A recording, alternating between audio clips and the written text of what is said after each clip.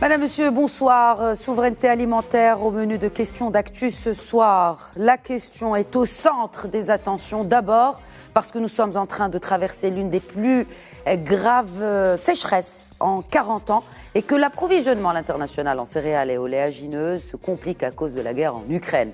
Et deuxièmement, parce que bien avant tout cela, Sa Majesté le roi Mohamed VI, dans son discours au Parlement le 8 octobre dernier, a appelé de ses vœux à la souveraineté du Maroc, qu'elle soit sanitaire, énergétique, industrielle, alimentaire ou autre. Quelles sont les pistes pour se détacher de la forte dépendance aux produits alimentaires importés et qui sont de surcroît de grande consommation? Comment faut-il repenser toute la stratégie agricole pour pouvoir répondre aux besoins futurs? Et comment le gouvernement s'attelle à cette question?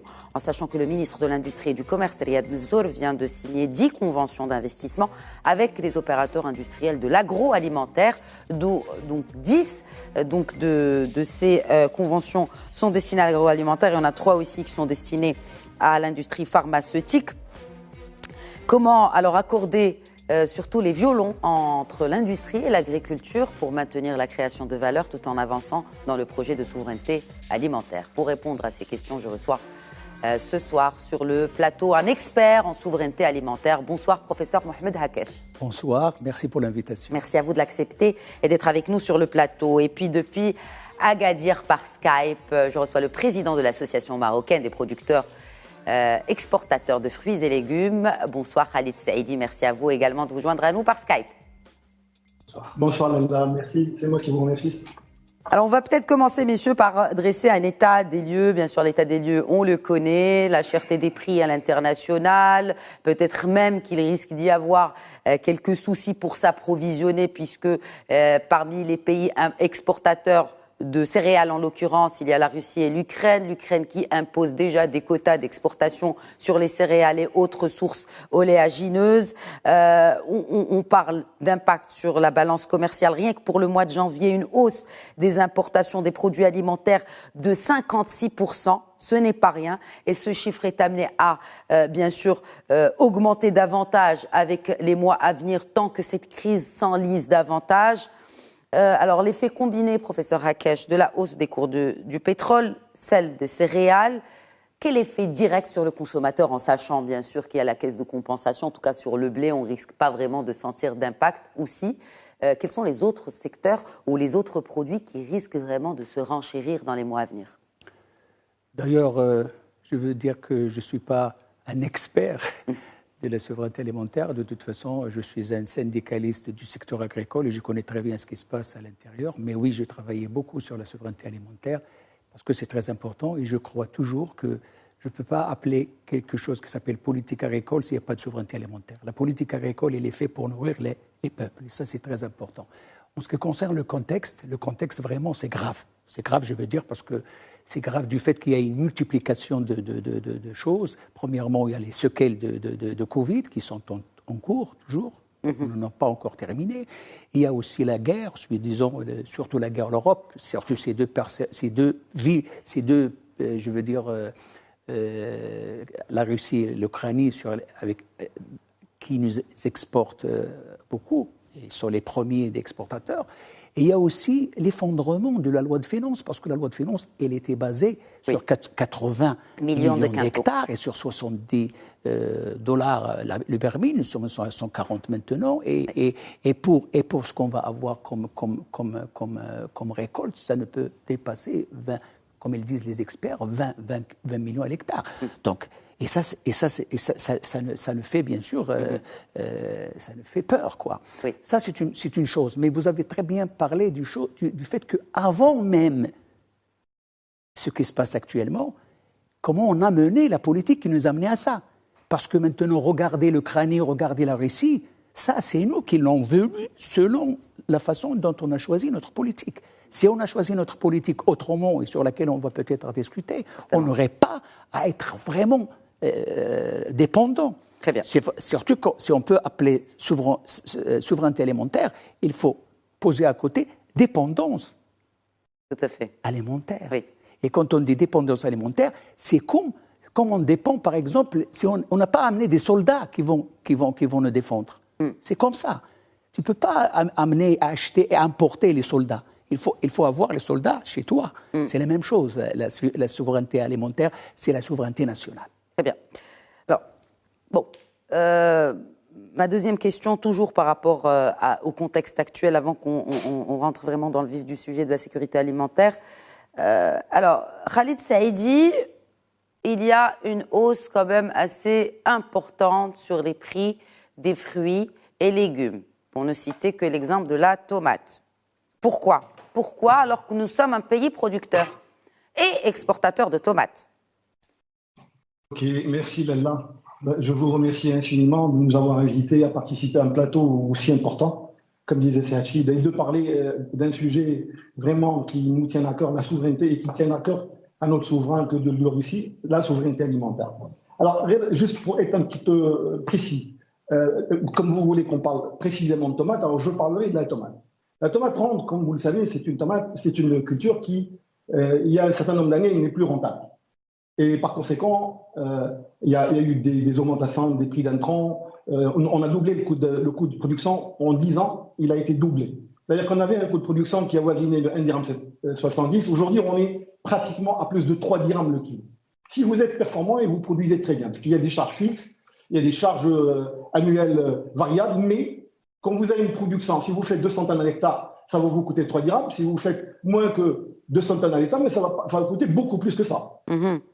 Les gens qui ont souffert un petit peu de la casse financière pendant les 4-5 dernières années, parce qu'il y a eu une crise économique qui s'est fait sentir aussi en Europe. Nous avons une concurrence très rude. Aujourd'hui, on était complémentaires avec les productions européennes, mais aujourd'hui, il y a certains pays d'Europe qui produisent aussi en contre-saison. Quand je dis la contre-saison, c'est-à-dire pendant la période hivernale.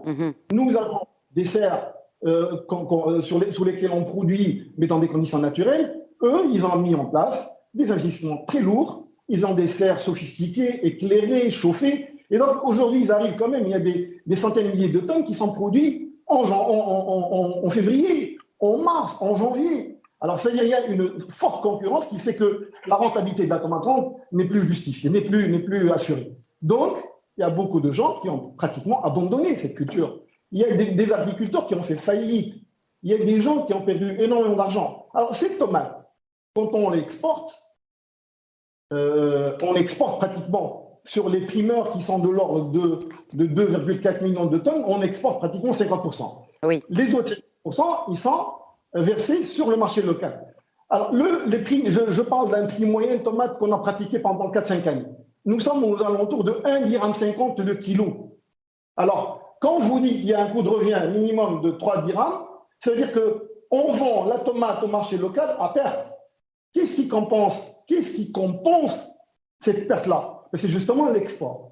C'est quand le marché international le permet, on dit que l'export subventionne le marché national. Quand la situation commerciale est critique, c'est l'agriculteur qui le fait de sa poche. Alors, ces derniers temps, effectivement, il y a eu des augmentations, mais je voudrais juste attirer votre attention sur un truc. C'est que, merci d'avoir pensé à faire cette émission. J'aimerais aussi que vous pensiez à faire des émissions pareilles quand on vend les tomates à 20 centimes le kilo et qui nous ont coûté 3 dirhams à la ferme. J'aimerais bien aussi qu'on en parle. C'est très rare où on en parle. On n'en parle pas parce que le citoyen, aujourd'hui, quand il est touché dans sa poche, dans son pouvoir d'achat, c'est normal, c'est notre rôle, nous, en tant que médias, d'en parler. On parle de millions de Marocains qui sont concernés. Parfait. Alors maintenant, nous sommes tous avec le citoyen. Nous défendons l'intérêt du citoyen. Nous avons, et l'exemple Covid... En l'occurrence, vous venez de défendre le producteur en citant quand vous... moi, personnellement, je n'ai jamais vu la tomate se vendre à 20 centimes, mais si vous le dites, on vous croit sur parole. Mais en tout cas, et c'est votre rôle, vous représentez les producteurs, c'est tout à fait normal, c'est tout en votre honneur de les défendre. C'est pas tout à fait ce que vous êtes en train de dire, madame. Excusez-moi, je vais vous dire un truc très simple. Quand nous vendons la tomate à 20 centimes, bien évidemment, vous ne l'achetez pas, vous, à 20 centimes. Parce que, tout simplement, il y a beaucoup de spéculation sur le passage. Quand moi, je vends la tomate à 50 dirhams, ou quand nous vendons la tomate à 50 centimes le kilo, et que nous perdons 2 dirhams 50, et que les parents, on l'achète à Casa, Rabat, Fès, Mknes, à 5-4 dirhams, c'est que moi, j'ai perdu 2 dirhams et demi, mais un spéculateur sur le passage qui s'est beurré et qui a gagné un 50 ou 2 dirhams sur le kilo. C'est ça ce qu'il faut voir. Aujourd'hui, il faut qu'on mette en place, excusez-moi, aujourd'hui, il faut qu'on mette en place ce qu'on appelle un système d'information. Il faut qu'on ait des bourses de fruits et légumes, madame. Il faudrait qu'aujourd'hui, dans les zones de production, on sache exactement quels sont les prix pratiqués sur ce marché-là. Ça fait partie des recommandations du Conseil économique, social et environnemental sur la commercialisation des fruits et légumes dans notre pays, en effet. Et ça a été entendu par la tutelle. Je veux juste que vous me répondiez peut-être à ma question première. Pourquoi cela coûte aussi cher? Pourquoi le kilo de tomates coûte aujourd'hui 13 dirhams? Je vais vous dire, madame, c'est ce que je suis en train d'essayer de vous expliquer. C'est qu'aujourd'hui, il y a eu énormément de problèmes cette année. Il y a des problèmes de maladies phytosanitaires. Il y a des problèmes de changement de climat. Quand il y a eu des températures assez élevées au démarrage de la campagne, il y a eu une accélération de la production. Et donc, pendant ce dernier mois, nous avons eu un froid la nuit qui était un petit peu difficile. C'est inhabituel pour la période. Et donc, comme vous devez le savoir, dans une serre de tomates, on peut récolter 1 tonne par jour, comme on peut récolter 100 kilos par jour, dépendant du climat. Ce n'est pas nous qui contrôlons le climat. Mais quand j'étais en train de vous parler du contrôle, il faudrait qu'on mette en place des bourses et qu'on sache exactement quand l'agriculteur la vend à 2, il faudrait qu'on prenne en compte. À combien la vend l'agriculteur aujourd'hui? Ah voilà, c'est une très bonne question. À combien la vend le producteur de tomates? Quand le kilo de tomates sort de sa serre, combien il le vend? Aujourd'hui, madame, oui, monsieur. Nous vendons les tomates. Quand on dit tomates, il y a des tomates de différents calibres. Il y a des tomates de différentes qualités. Donnez-nous une moyenne, si c'est aidé. Alors maintenant, nous vendons entre 4 dirhams et 6 dirhams le kilo. Aujourd'hui? Oui. Et vous la payez à 12 dirhams. Est-ce que vous trouvez que c'est juste et c'est raisonnable? Non, plus que 12. Oui. Non, mais c'est pas du tout raisonnable. Mais on a besoin de savoir combien. Si vous dites que le kilo, il sort à 6 dirhams, donc 7 dirhams sur l'ensemble de la chaîne de livraison ou de distribution, c'est quand même énorme. C'est le double. Mais bien évidemment. Alors, on prend en considération le coût de la main-d'œuvre, le coût du transport, les taxes payées au niveau du marché, et on fait une marge bénéficiaire pour les intermédiaires. Nous, on n'est pas contre les intermédiaires. Il faut qu'ils gagnent leur vie. Il faut qu'ils gagnent de l'argent aussi pour pouvoir vivre. Mais il faudrait que des choses soient réglementées. Je vais vous donner un exemple criant. Pendant la période de Covid, et c'est avec le témoignage de tout le monde, quand tous les secteurs d'activité ont cessé de travailler, nous, agriculteurs, et je remercie infiniment les autorités locales qui nous ont accompagnés, qui nous ont aidés pour que les fermes ne ferment pas, pour que les stations de conditionnement ne ferment pas. On a continué à approvisionner les marchés à longueur du mois, de la période de Covid, avec les tonnages qu'il fallait, avec des prix très abordables et dans la plupart du temps inférieurs au prix de revient. Alors, nous sommes une entreprise citoyenne, nous sommes des citoyens. Et si nous produisons de la tomate, nous achetons d'autres produits et d'autres légumes sur le marché. Oui. Absolument. Mais il y a une hausse quasi générale. L'exemple de la tomate, c'est juste parce que nous exportons de la tomate et qu'elle pose aussi débat par rapport à l'exportation, par rapport à la souveraineté et se dire qu'aujourd'hui nous sommes producteurs et on vend la tomate à 1 euro et quelques, c'est comme sur les étals espagnols. Vous avez parfaitement raison. Professeur Hakesh. Oui. J'étais en train de vous expliquer tout à l'heure. Oui, madame, mais nous avons, comme vous devez le savoir, si on ne raisonne souveraineté alimentaire qu'en considérant le marché local, pour certaines cultures, on risque d'avoir une pénurie dans l'approvisionnement. Quand on raisonne production, fruits et légumes, marché local, on ne peut pas la dissocier de l'exportation. Je vous disais, madame, que quoi? Nous y reviendrons quand on parlera de souveraineté. Parce que depuis tout à l'heure, on parle de souveraineté, vous avez évoqué la souveraineté. Moi, aujourd'hui, il y a 2 concepts qui sont là, et ce serait bien qu'on fasse peut-être, juste qu'on clarifie les choses, qu'il n'y ait pas d'amalgame. On parle d'un côté, comme l'a cité tout à l'heure professeur Hakesh, de dépendance. On parle aujourd'hui de souveraineté alimentaire, sur instruction royale, qui a été, je le rappelle, cité dans le discours du 8 août à l'occasion de l'ouverture de la session parlementaire d'automne. C'était le 8 octobre dernier. Entre-temps, beaucoup de choses se sont passées, malheureusement, qui ne dépendent pas ni du gouvernement, ni vraiment des autorités locales.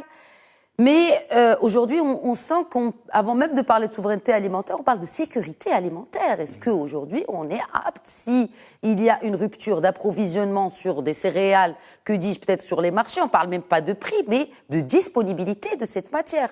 Alors, si on faisait la différence entre les deux, professeur Hakesh, sécurité alimentaire et souveraineté alimentaire. D'accord, vous allez évoquer la sécurité alimentaire. Vous savez très bien que la sécurité alimentaire au Maroc, historiquement parlant, de toute façon, avant c'était l'autosuffisance, après c'était la sécurité alimentaire, mais actuellement, et la façon dont on voit le contexte, d'ailleurs il y avait beaucoup de contextes avant, mais on ne les a pas pris en considération, maintenant peut-être c'est plus puissant, et ça c'est très important pour nous de toute façon. Des fois, on peut en penser comme ça. La sécurité alimentaire, on ne sait pas qui cultive et où cultive, et c'est l'avantage comparatif.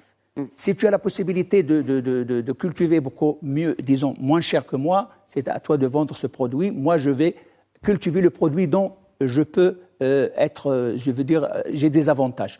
Comme on disait avant, je ne sais pas, un ministre chez nous qui disait qu'on va avoir des bananes, on va cultiver des bananes si on a la possibilité pour les vendre et acheter les blés. Cette équation, ça n'a pas marché. Je vous ai donné l'exemple de 2012 pour les blés au Maroc. Et il y a beaucoup d'exemples auparavant aussi entre la Russie et les États-Unis. Et ça se devient, je veux dire, il y a un aspect politique dans tout ça. Donc, en principe, c'est pour cela que la souveraineté alimentaire s'impose maintenant et de cette façon-là, parce que sinon, on va mourir de faim, quoi. Personne ne va, même si on a de l'argent. Attention. C'est ça, c'est la disponibilité de la matière première. Parce que la sécurité, qu'est-ce qu'il disait, la sécurité de la Banque mondiale? Ah, tu as de l'argent, tu peux acheter. Mais allez, où je vais acheter ça? Je ne le trouve pas. Encore une fois, pour parler des citoyens, vous parlez du citoyen, le citoyen a le droit à l'alimentation, qui signifie de la nourriture et garantir la capacité de l'acheter, quand vous parlez des tomates, et avec la qualité, la sécurité et la santé nécessaires. Et ça, de toute façon, ce sont des droits humains. La déclaration des droits humains, le pacte international économique, social et culturel, tout ça, ça c'est le point. Mais comment le concrétiser? C'est ça le problème. Ça a été dit, ça fait longtemps, dans ces pactes et tout ça. Mais comment ça vient la sécurité alimentaire.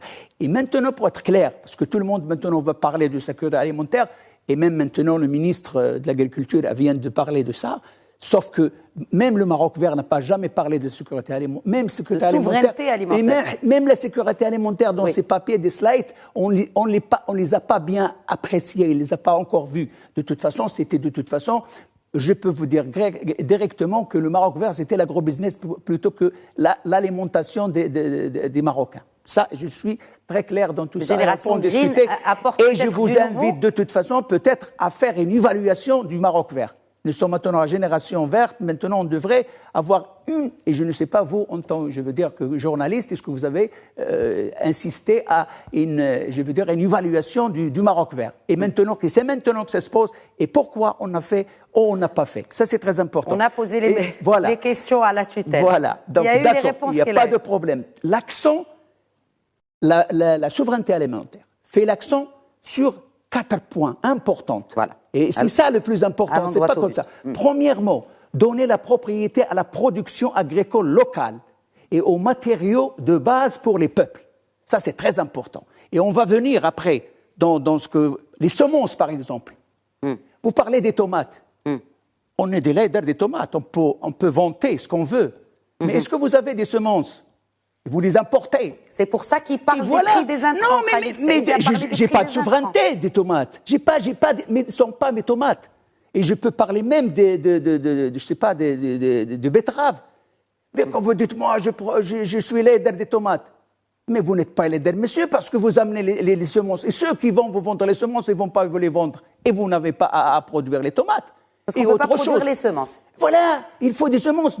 D'ailleurs, quand on a passé, quand il y avait je veux dire, le passage des terres de Sodia, Sogita, etc., on a dit que de toute façon, autrefois, c'était M. Juto qui était comme ministère, il disait qu'on devrait laisser 40 000 hectares comme superficie stratégique semencier au Maroc. On est dans tout ça.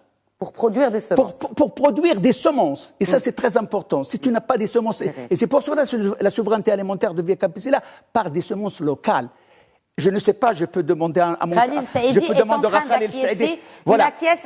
Je veux dire, est-ce que Khalil Saïdi, est-ce que vous allez me donner quelques semences locales dans quelques montagnes de tomates, par exemple? J'ai hâte de voir quelques semences marocaines qui circulent chez nous. On fait réagir. Khalil Saïdi. Et après le troisième et le quatrième. Khalil Saïdi. Oui. Saïdi, excusez-moi, vous avez parfaitement raison, Saïdi. Nous sommes, malheureusement, et là je croyais qu'il y avait un axe où on allait parler de ce que devait faire le gouvernement pour qu'on puisse... Nous allons y venir. Mais vu que nous sommes dans la discussion, donc nous sommes là pour les alternatives, justement. Oui, effectivement, aujourd'hui, nous sommes très dépendants des importations. Il va falloir qu'on pense à développer, à encourager la recherche agronomique, à encourager le développement de tout ce qui est technologique. Aujourd'hui, on produit, oui, parce que nous avons des conditions climatiques qui sont favorables, parce que nous avons peut-être une main-d'œuvre qui est encore abordable à valeur d'aujourd'hui. Mais pour tout ce qui est filet, tout ce qui est engrais, tout ce qui est additif, c'est-à-dire des engrais le soleil, la terre et l'eau. Et l'eau. On donne la terre, le soleil et l'eau. Et surtout l'eau. Non. Et la main-d'œuvre. On donne aussi l'expertise. Nous sommes des ingénieurs, nous sommes tous des produits de l'Institut agronomique et des grandes écoles de techniciens. Nous sommes aujourd'hui des gens qui ont été formés par l'école publique et par l'université publique et qui sont en train de participer au développement économique de ce pays et participer à la sécurité alimentaire, entre autres. Mais est-ce que tout ça, justement, puisqu'on parle de bilan de Maroc Vert, est-ce que vous, en tant que représentant de producteurs, j'ai envie de dire, parce que ce sont des doléances, est-ce que vous avez proposé à ce que l'on aille dans ce sens pour produire déjà les intrants chez nous, en l'occurrence les semences, et est-ce que cela a été écouté dans le cadre du plan Maroc Vert ou pas, et comment cela a été géré par la tutelle? C'est une question pour moi qui est un peu difficile, mais je vais essayer de répondre.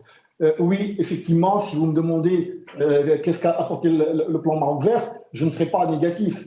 Je dirais que oui, on peut penser à faire une évaluation, mais c'était quand même assez intéressant qu'il y ait un plan Maroc Vert qui a accompagné les producteurs à se développer. On a essayé d'augmenter les autres étonnages, on a essayé d'augmenter les surfaces. On a essayé d'augmenter les productions. On a essayé d'augmenter les... Mais pourquoi on va augmenter la production Si Saïdi, je vous interromps s'il vous plaît. Pourquoi on va augmenter la production alors que vous avez dit que ce n'était pas justifié, que ce n'était plus rentable de produire des tomates? Oui, madame, oui, mais on dit pas deux choses différentes. On dit la même chose. Laissez-moi terminer, vous allez tout comprendre. Alors, maintenant, vous me posez cette question, quand je vous dis, madame, que la tomate ronde n'est plus rentable, c'est que je cherche des produits de substitution.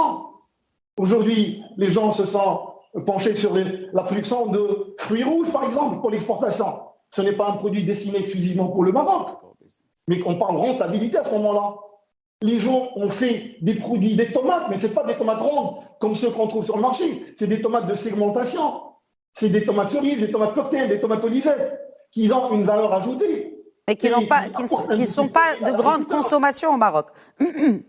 Mais justement, si on change un petit peu nos habitudes alimentaires, oui, ils peuvent être consommés au Maroc. D'ailleurs.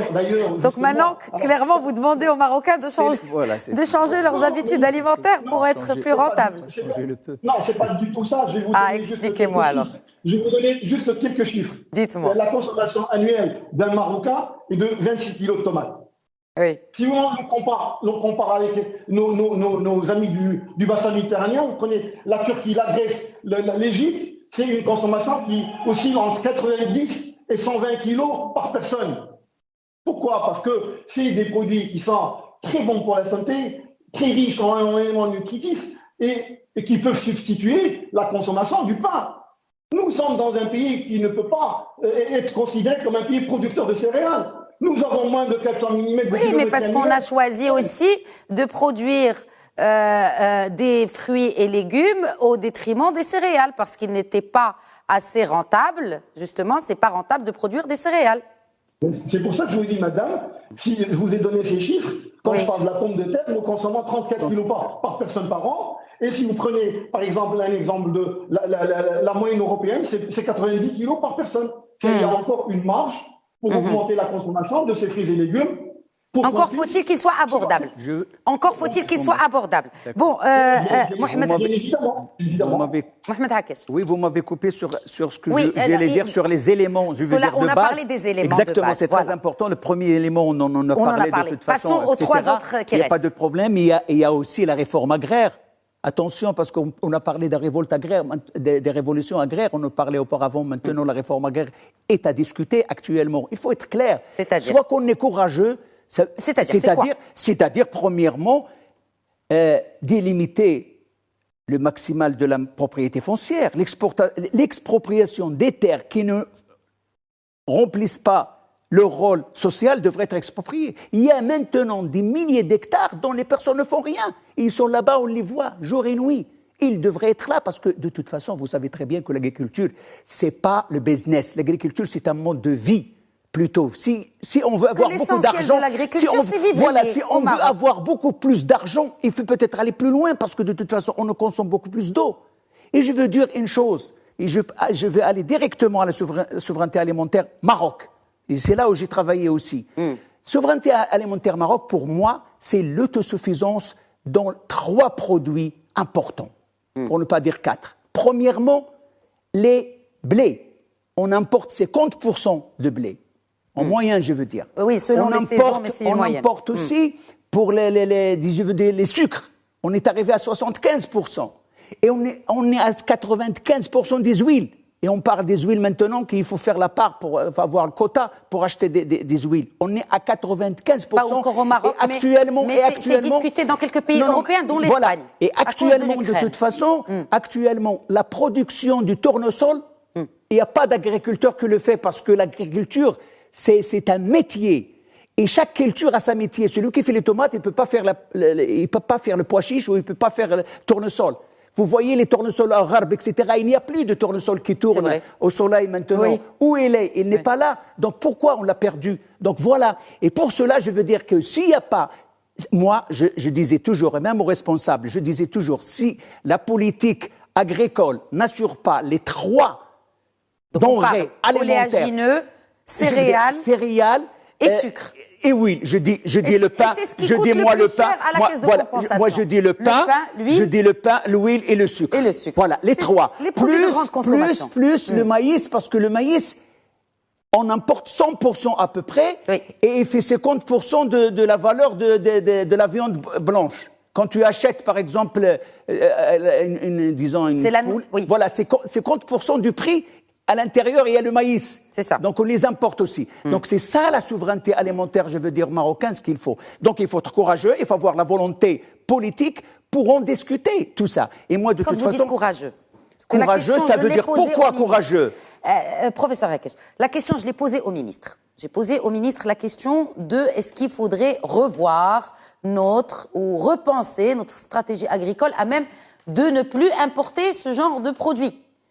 Et il m'a assuré que ça faisait partie du plan Génération Green. Alors que vous dites maintenant qu'on parle même de réforme agraire, cela ne figure pas vraiment dans les plans du gouvernement. Il n'y a pas de problème. C'est très important ce qu'il dit maintenant, parce que j'ai entendu monsieur le ministre qui parle de la souveraineté alimentaire. Oui. Mais je veux dire, comment aller à cette souveraineté alimentaire? Parce que la souveraineté alimentaire, c'est pas un mot qui est dans le ciel, c'est un mot qui est clair. Il y a déterminer la limite maximale de la propriété foncière, expropriation des gens qui ne font pas, démocratiser l'eau, on va arriver, on va voir ce qu'on va faire, assurer la semence locale à travers le développement d'un programme par l'État pour les produire, renforcer les coopératives et organiser les agriculteurs, encourager l'agriculture familiale. Ça ne date pas d'aujourd'hui, l'organisation des agriculteurs et des coopératives. Mais quels agriculteurs qui sont organisés Non, mais je sais. Ce sont les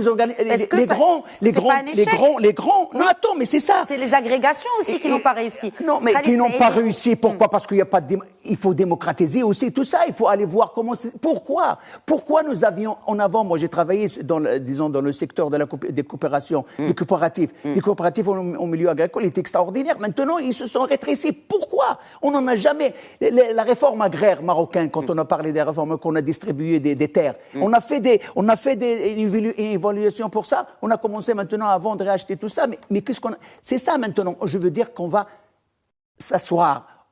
Qu'on devrait être associé. Et ça, de toute façon, c'est parmi les éléments les plus importants de souveraineté alimentaire, c'est implication des populations de la formulation des politiques agricoles. Donc ça n'était pas fait pour le Maroc vert, et je le dis haut et fort. Et ça, tout le monde le dit, que personne n'a été, il y avait disons, un bureau d'études qui a venu, qui a travaillé et qui a posé les papiers pour qu'on commence à travailler. Même les responsables au niveau du ministère n'ont pas participé. Et s'il y a quelqu'un qui vient me dire le contraire, que vous l'invitez pour qu'il me dise le contraire. Khalid voilà, Saïdi, c'est ça. Vous dites le contraire, vous acquiescez, je vous ai vu sourire. Moi, je trouve le débat le Maroc vert, c'est un débat qui est un peu trop grand. Hachi, il a parfaitement raison. C'est pas grave. Si le débat est trop grand, quel est le rôle, selon vous, du gouvernement aujourd'hui? Quel est le rôle aujourd'hui pour que nous ne puissions pas, à chaque crise, parce qu'aujourd'hui, on a vécu en 2 ans 2 crises majeures, ou en un peu plus de 2 ans. On a la crise sanitaire, avec toutes les répercussions sur le marché international, et on l'a vu en Europe, parce qu'on exportait beaucoup moins. On l'a vu avec la crise en Ukraine, on ne peut pas importer de blé ukrainien, qui représente quand même 26% de nos importations. Alors que doit faire ce gouvernement pour éviter qu'à chaque fois qu'il y ait une crise, je ne sais quelle crise il y aura dans 2 ans, qu'on ne se retrouve pas encore à vraiment stresser, à avoir vraiment peur du lendemain. Donc on a parlé de réforme agraire. On parle aussi de réforme agricole. Pourquoi ne pas parler de cette réforme agricole? Pourquoi ne pas détourner un peu l'attention sur ce qu'on disait, oui, on exporte de l'eau, etc. Ok, on peut exporter de l'eau, encore faut-il qu'on puisse fournir aux citoyens marocains un produit agricole de qualité et qui soit abordable. Oui, madame. Alors, c'est très important tout ce que vous dites. Mais ça, on doit absolument, à l'échelle nationale, engager un débat réaliste et responsable. Nous sommes là. Nous en sommes ici aujourd'hui. Et parlons réalisme, justement.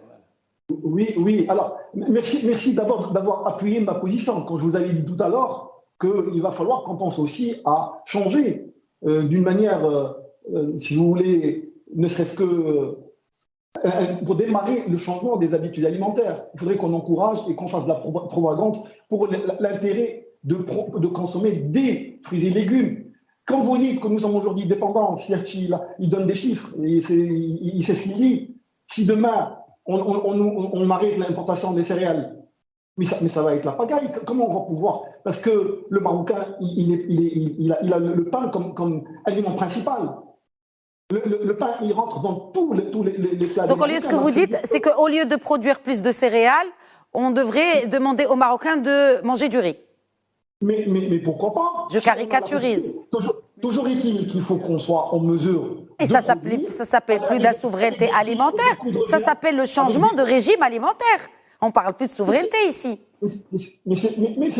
Mais ils ne sont pas indépendants, la souveraineté et le régime alimentaire. Si demain, on ne peut pas importer des céréales, eh bien, il faut qu'on trouve quoi produire pour alimenter nos populations. Mais pourquoi pas des céréales? Pardon? Pourquoi pas des céréales? Même si leur valeur ajoutée, du coup, pour un producteur, ça va être moins rentable. Alors je vais vous dire tout simplement, je ne suis pas spécialiste des céréales. Oui, je sais. Mais ce que je sais, c'est que nous avons un bourg favorable et nous avons un bourg qui n'est pas favorable. Nous avons quelques centaines de milliers d'hectares qui sont irrigués. Toujours est-il, est-ce que c'est raisonnable qu'on continue à irriguer les céréales si ils sont apportés demain et qu'on puisse les importer? Maintenant, vous décidez de faire 9 millions d'hectares de céréales et vous avez une année de sécheresse comme celle-là. Qu'est-ce que vous allez récolter? Heureusement que Sa Majesté est venue au rescousse de cette population d'agriculteurs, ces petits agriculteurs, ces éleveurs, pour leur donner un petit coup de pouce pour qu'ils puissent continuer à subsister. Mais sinon, ça allait être la catastrophe. Les gens sont en train de vendre leur cheptel à des prix dérisoires. Oui. Vous avez certainement vu tout ça sur les réseaux sociaux. C'est des trucs catastrophiques. Alors, heureusement qu'il y a eu une politique, il y a eu une clairvoyance de notre notre roi, que Dieu le protège et le glorifie, qui est venu pour secourir le petit agriculteur. Donc non, mais ce sont des actions qui sont bien sûr qui ont été prises dans l'urgence pour répondre vraiment à une situation qui est quand même très alarmante aujourd'hui. Mais nous parlons du moyen long terme. Il y a un plan Génération Green. Je parle ne serait-ce que de la production de certains fruits qui consomment beaucoup d'eau. Vous avez parlé d'eau tout à l'heure. Oui. Est-ce que cette question de gestion de l'eau, elle fait partie des enjeux qui sont... Même pas, elle fait partie des enjeux, mais est-ce qu'elle fait partie des calculs qui sont faits, où on parle que de rentabilité, de compétitivité, du Made in Maroc, en tomates et oranges et fruits rouges aussi, très, très aquavores? Vous avez parfaitement raison. Et c'est un sujet très important. Alors maintenant, ce que vous devez savoir, c'est que nous sommes à la pointe de la technologie concernant les économies de l'eau. Mais arrêtons de mettre cet agriculteur dans le banc d'accusés. Arrêtons de dire cet agriculteur pollue. Arrêtons de dire cet agriculteur consomme l'eau du pays. Arrêtons de dire cet agriculteur sous-paye les ouvriers. Il faudrait qu'on s'assoie avec cet agriculteur et qu'on sache exactement il se situe à quel niveau. Alors maintenant, nous avons, en tant que professionnels, investi avec un projet onusien, avec l'Organisation des Nations Unies pour le développement industriel. Nous avons investi dans un centre, ce qu'on appelle le centre de transfert de technologie. C'est une station de recherche qui appartient à la profession marocaine. Et là, nous avons fait énormément d'essais pour justement faire une économie de l'eau. Et nous sommes en train de faire de la vulgarisation. On a appris aux gens comment travailler avec le minimum de consommation d'eau. Aujourd'hui, nous arrivons à produire. Alors maintenant, si cette consommation d'eau ne peut pas justifier cette production, qu'on nous demande d'arrêter et on arrêtera de produire. Mais vous serez dans l'obligation d'aller importer des tomates. Alors, non, on ne sera pas dans l'obligation d'importer des tomates parce que puisque vous avez dit qu'on produit la moitié de ce qu'on produit, 50% vont vers la consommation nationale, 50% vont vers l'export. Je reprends vos chiffres. Parce que le marché local ne peut pas supporter le prix de revient. Alors maintenant, si je vous dis, moi, qu'on produit à 3 dirhams et je l'envoie au consommateur, je vous donne la moyenne des 5 dernières années, madame. 1 dirham 50 sur le marché local. Alors, à quel prix vous l'achetez? Ça, c'est notre débat. Mais nous, la vendons sur une moyenne de 5 années. Les autorités sont là, les pouvoirs publics sont là pour pouvoir vérifier. Est-ce qu'il y a une alternative? Est-ce que vous avez proposé une alternative à cela? Mais si vous êtes perdant et si effectivement la tomate n'est plus compétitive, est-ce que vous avez pensé bien sûr vous avez évoqué tout ce qui est innovation et développement, quelle est l'alternative aujourd'hui que vous, en tant qu'agriculteur, que producteur, exportateur, vous avez proposé? Alors c'est très simple. Vous êtes en train de me demander de produire sans penser alors moi, rentabilité. Non. Moi, je me demande. Non, je ne vous demande pas ça. Ça, c'est le rôle de l'État. Ça, c'est le rôle de l'État. Pas du tout. Et nous ne pourrons jamais nous substituer à l'État. Mais loin de moi cette idée. Loin de moi cette idée, Khalid Saïdi. Non, mais quand même, je ne vais pas me substituer au gouvernement. Mais au contraire, moi, je vous interpelle sur vos propositions, parce que c'est vous qui êtes sur le terrain. Il y a des plans qui sont quand même des plans importants, où beaucoup d'argent est injecté dans ce genre de plans nationaux, plan Maroc Vert, plan Génération Green. Quel est votre rapport, vous, en tant qu'agriculteur, dans ce genre de stratégie qui vous concerne en premier lieu? Et bien sûr le consommateur et le petit producteur aussi.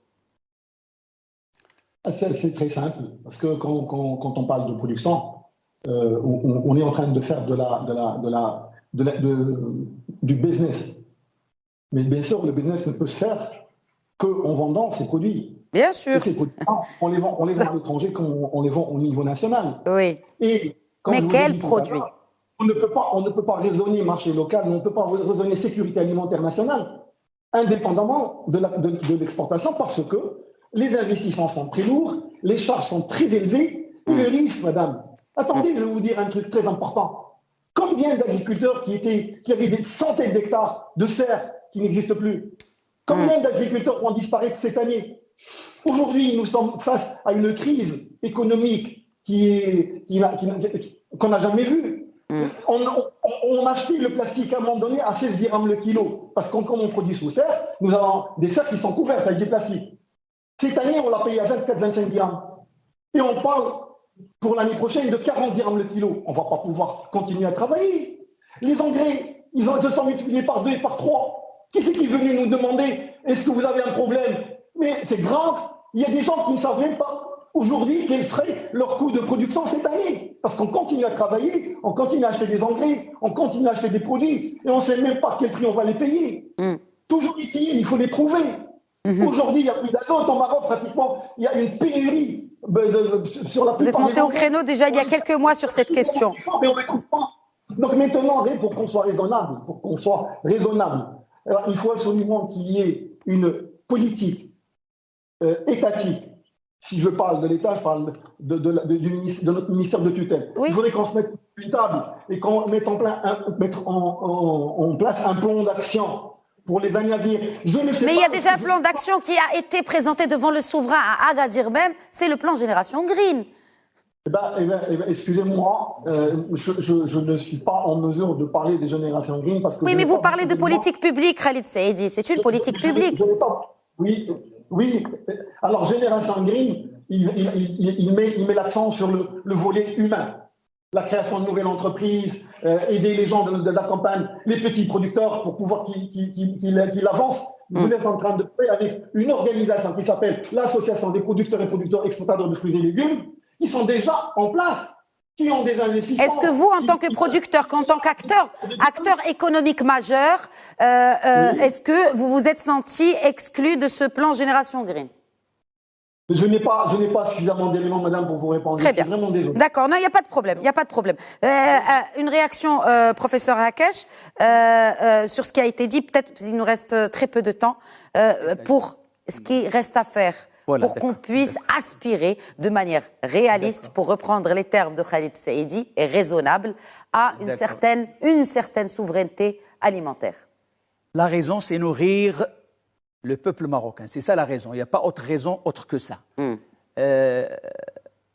L'agrobusiness, c'est un terme anglais, mais qui veut dire ce que ça veut dire. Pourquoi? Parce qu'on est entré dans l'économie du marché. Pour l'agriculture, on n'a pas fait comme l'Europe.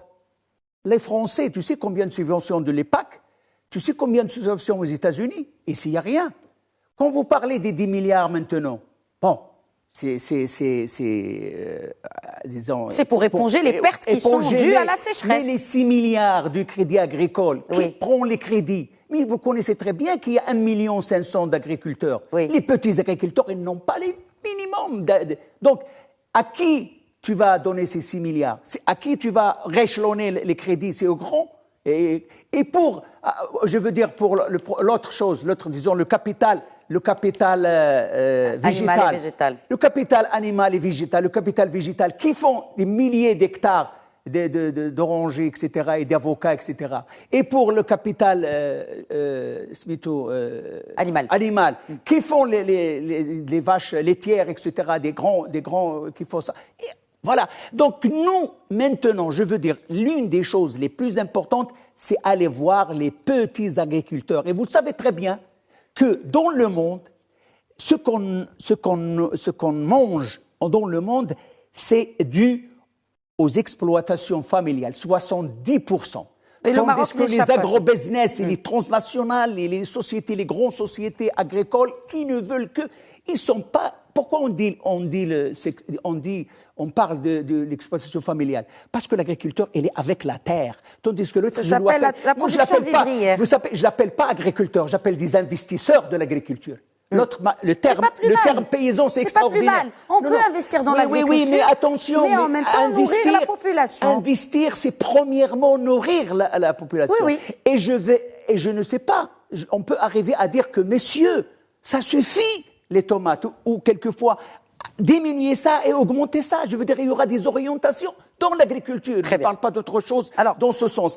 Donc, je veux dire que, aussi, j'ai un petit chiffre à vous donner de toute façon sur le bulletin du Maroc, disons de la Banque du Maroc. Et vous savez très bien, moi j'ai fait des calculs sur à long terme, vous devriez payer la somme de 4 ans des tomates pour acheter une année de blé. Et 2020, c'est déjà 2 fois. Déjà 2020, on a payé en décembre 13 milliards. On a exporté 13 milliards. Là, on a importé 13 milliards. De blé. On a exporté 7 milliards. De tomates. Il vous faut. Donc la balance commerciale agricole est déficitaire. Non, seulement je parle entre tomates et blé. Et que tomates et blé. Voilà, ça veut dire qu'il faut vendre. Non, mais il y a le blé, il y a le sucre. Non, il faut vendre. Non, je fais les petits calculs comme ça. Il faut vendre 4 années de tomates pour acheter 1 année de blé. Ça, c'est un indicateur très significatif pour dire où sommes-nous maintenant. Il faut essayer de... Alors justement, une des solutions qui a été proposée depuis très longtemps, là on parle de producteurs-exportateurs, mais peut-être que vous avez votre mot à dire en ce qui concerne l'agroalimentaire, Khalid Saïdi. Je peux ajouter une chose pour que je vous laisse parler. Oui, vous avez très bien... Non, mais c'est très bien ce que vous allez dire. Ça fait déjà 2005, maintenant nous sommes 18 ans. Qui a un rapport qui s'appelait un rapport cinquantenaire des perspectives 2025. Oui. Et il parle de beaucoup de choses, y compris un petit chose, parce qu'on n'a pas parlé de l'eau. Il disait que les ressources naturelles sont surexploitées et leur résilience est menacée, surtout l'eau. Et si vous voulez qu'on parle de l'eau, c'est autre chose. Sinon, ce sera une autre émission parce que il n'y a pas de problème parce que l'eau, non, attends, l'eau, on a assez d'eau mais le problème c'est les pertes. C'est 50% de pertes et il faut faire attention. Sur les amener de l'eau de Bin El Ouidan à Casa à Al-Messira pour le ramener à Agadir, à Casa. Il faut voir les conduites et tout ça, c'est très important. Et aussi l'inégalité de la répartition des eaux, etc. Et tout ça. Très bien. Bon, c'est pas notre sujet aujourd'hui. Khalid Saïdi, transformation. J'ai parlé aujourd'hui de 10 conventions qui ont été signées dans l'agroalimentaire. C'était un mythe. Oui. Est-ce que ce ne serait pas plus judicieux de penser que, bon, alors peut-être qu'on continuera à produire, mais pour augmenter la valeur ajoutée, est-ce qu'il ne faut pas transformer ce qu'on exporte et passer à la vitesse supérieure là-dessus? Vous avez parfaitement raison, madame. Je vais vous dire un truc qui est encore plus criant et qui fait mal. C'est que nous avons des expatriés étrangers au Maroc, destinés exclusivement pour l'exportation. Et toute la valeur ajoutée est par ailleurs. Et on n'en profite pas. Il faut absolument qu'on parle avec un langage qui est clair et honnête. Ça, c'est des choses qu'il faut absolument considérer. Et on est en train d'essayer de trouver la solution pour tout ce qui est statut le foncier, pour qu'on puisse avoir d'autres étrangers qui vont venir s'installer et pour produire. Je suis tout à fait d'accord avec vous. D'ailleurs, surtout dans ce qui est fruits rouges, etc., est-ce qu'on ne devrait pas protéger un peu le producteur marocain? Oui, mais ça reste des investissements directs étrangers. Alors, quand je vous ai dit les expatriés qui produisent au Maroc, je parle des investisseurs, mais qui ramènent pas mal de choses de l'étranger. Et nous n'en sommes pas, c'est pas une concurrence loyale. Nous n'avons pas les avantages comparés qui sont équitables. Ça, c'est pour des investisseurs. Alors, pour les fruits rouges, c'est encore une autre paire de manches. C'est des gens qui ramènent juste leur variété, comme disait Chi tout à l'heure. Oui. C'est ça la vraie dépendance. Les trucs variétals. Ils amènent des variétés qui sont inscrites à l'international, qui sont brevetées. Ils vous donnent à vous de produire. Et c'est eux qui tirent le plus grand profit. Ils vous payent au prix qu'ils veulent. Ils ne vous donnent jamais accès au prix de vente. Alors un dernier mot, vraiment Khalid Saïdi, un dernier mot pour finir sur la souveraineté alimentaire avec le contexte. Mais vraiment en 2 mots pour chacun de vous. Moi, j'appelle notre ministère de tutelle à ce qu'on travaille la main dans la main, en étroite collaboration. Il faudrait qu'on reste en perpétuelle ou là en permanente. Déjà communication, communiquer. Est-ce que vous communiquez? Concertation. C'est le temps que je Très bien. Concertation. Oui. Je demanderai. Vous savez, madame, que nous sommes le seul secteur qui n'est pas assuré. Des investissements qui sont très lourds. Si vous avez des aléas climatiques, une catastrophe, vous allez en prison. Et avec vous, la banque et les fournisseurs. Il va falloir absolument qu'on pense à assurer le secteur agricole. Si on a assuré les céréales, c'est parce que l'État a mis la main à la poche. Et les céréales, c'est des investissements qui ne sont pas pareils à ceux de l'agroalimentaire et de la production sous serre.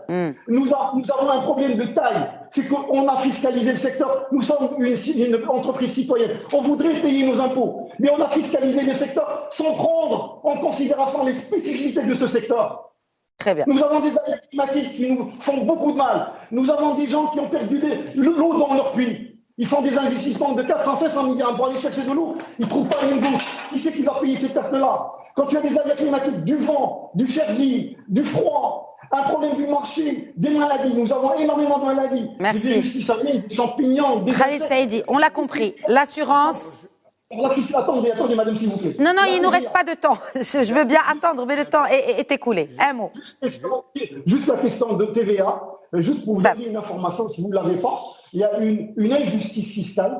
Dans l'agriculture, il y a des agriculteurs qui récupèrent leur TVA et d'autres qui ne touchent pas. Le législateur marocain a décidé, vu la sensibilité du produit agricole, et pour venir soutenir le message est clair. De l'agriculteur, de mettre le message est clair. Champ d'application de la TVA. Merci. Khalid Saïdi, je me dois de vous interrompre. Le temps de l'émission est écoulé. De toute façon, Professeur Hakesh. Voilà, si on est convaincu qu'on va changer le mode agricole dont on a suivi jusqu'à présent, il faut voir les petits agriculteurs et voir les ouvriers agricoles et unifier le SMIG et le SMAG, parce que le salaire Merci, professeur Hakesh. Merci, professeur Hakesh. Merci, Khalid Saïdi. Je suis sûre que nous aurons une autre occasion pour parler de ces problématiques qui se posent, mais aussi des opportunités face aux exportateurs, qui se dressent face aux exportateurs, parce qu'avec chaque crise, bien sûr, il y a des opportunités. Je souhaiterais vivement vous inviter à une prochaine émission pour qu'on finisse notre discussion. Moi, je voudrais vous féliciter, madame, pour la manière avec laquelle vous avez géré votre émission. Nous vous remercions aussi. Merci. Nous aurons certainement l'occasion. Nous aurons d'autres occasions, et parce que le sujet, c'est sûr, il est sur la table pour quelques mois, bien sûr. Je rappelle juste que vous êtes président de l'Association marocaine des producteurs et exportateurs de fruits et légumes. Merci beaucoup, Khalid Saïdi. Merci, professeur Mohamed Hakesh. Merci à vous tous de votre fidélité. Très bonne soirée à tous.